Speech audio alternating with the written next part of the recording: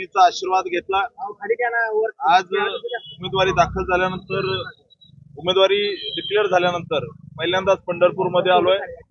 या ठिकाणी पांडुरंगाचा आशीर्वाद घ्यायला आलोय।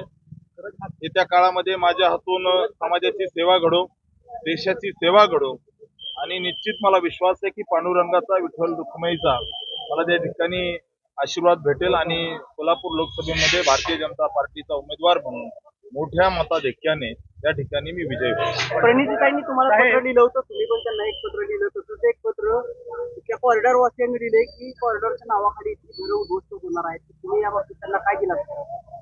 निश्चित जनभावना मनात घेऊन त्या ठिकाणी राज्य सरकार या विषयामध्ये चांगल्या पद्धतीचा निर्णय घेईल हा मला विश्वास आहे आणि मी पंढरपूर वासियांच्या सोबत आहे। साहेब, तुमच्या मतदारसंघामध्ये मोहिते पाटील जरी हातात घेत आहेत, खास प्रश्न सांगितलं, आपण त्यांच्यावर काम केलेलं आहे, अशा पद्धतीने काय समजून काढताय?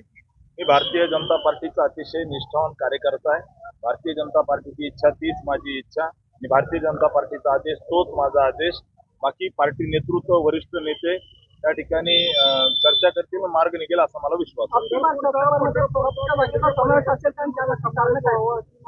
निश्चित सोलापूरच्या जागेचा 400 मध्ये समावेश असणार आहे आणि मला विश्वास आहे 3 लाखापेक्षा जास्त मताने त्या ठिकाणी भारतीय जनता पार्टीचा उमेदवार म्हणून मी या ठिकाणी विजयी होईल आणि निश्चित त्या ठिकाणी मागच्या 10 वर्षामध्ये जे सोलापूरला त्या ठिकाणी शिंदे साहेब मुख्यमंत्री असताना, आदरणीय ज्येष्ठ नेते शिंदे साहेब मुख्यमंत्री असताना सोलापूरची जी अधोगती झालेली आहे ती भरून काढण्याचं काम पॉझिटिव्ह माध्यमातून त्या ठिकाणी 10 वर्षात झालेलं आहे मोदी सरकारच्या मध्ये।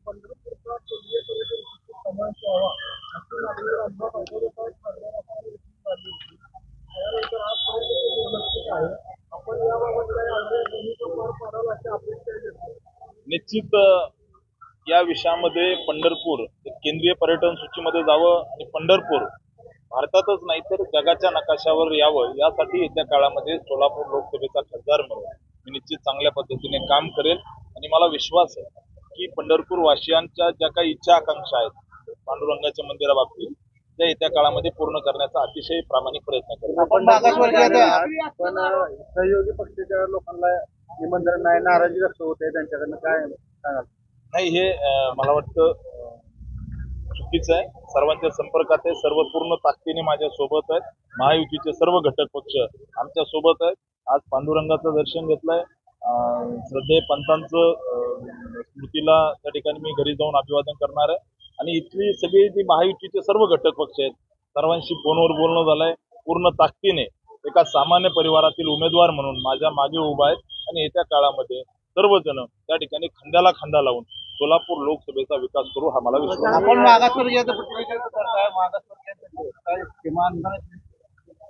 निश्चित मी एक अतिशय विनम्रतेने सांगतो, गेली 75 वर्ष सोनिया मॅडम आणि त्यांचं सरकार या देशामध्ये होतं, परंतु 75 वर्षाचा हिशोब जर काढला तर 75 वर्षामध्ये त्यांनी जे मागासवर्गीयांसाठी केलं त्याच्या तुलनेत आमचं 10 वर्षाचं सरकारने ज्या योजना आणल्या त्या फार मोठ्या आहेत।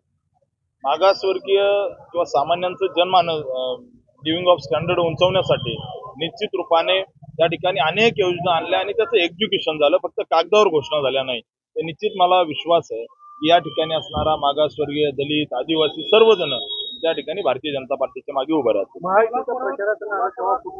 लवकरच नारळ फुटेल, भव्य दिव्य सभा होऊन नारळ फुटेल। सोलापूरकर न भूतो न भविष्यती अशा पद्धतीची गर्दी त्या ठिकाणी पाहतील आणि एका सामान्य कामगाराच्या मुलाला त्या ठिकाणी माजी मुख्यमंत्र्यांच्या राजकन्येला डावलून सामान्य कामगाराच्या मुलाला सोलापूरकर निवडून देतील हा मला विश्वास नाही। तर त्या ठिकाणी अतिशय दृढ विश्वास सोलापूरकरांनी केलाय।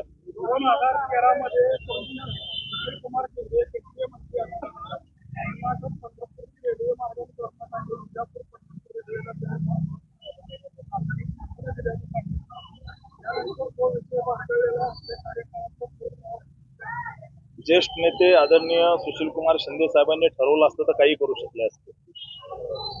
त्या ठिकाणी मुख्यमंत्री होते, केंद्रीय गृहमंत्री होते, परंतु एकदा निवडून यायचं आणि त्या ठिकाणी सोलापूरकरांच्या तोंडाला पानं पुसायचे हा यांचा वर्षानुवर्षाचा उद्योग आहे। त्यामुळे मला विश्वास आहे की सोलापूरकर या सगळ्या गोष्टीचा हिशोब लक्षात ठेवलेला आहे। मुख्यमंत्री झाले, एक कंपनी त्यांना सोलापूरमध्ये आणता आली नाही, त्या ठिकाणी सायकलची फॅक्टरी सुरू करणार होते, नारळ फोडला आणि फॅक्टरी झाली नाही. त्यामुळे मला विश्वास आहे, माझा खुला प्रश्न आहे सुशीलकुमार शिंदे साहेबांना, ज्येष्ठ नेत्यांना, आदरणीय नेत्यांना, की त्या ठिकाणी ते हिंदूंना दहशतवादी म्हणले होते, ते भगवा आतंकवाद म्हणले होते, याचा हिशोब त्या ठिकाणी सोलापूर जिल्ह्यातील हिंदू येत्या काळामध्ये घेतल्याशिवाय राहणार नाही.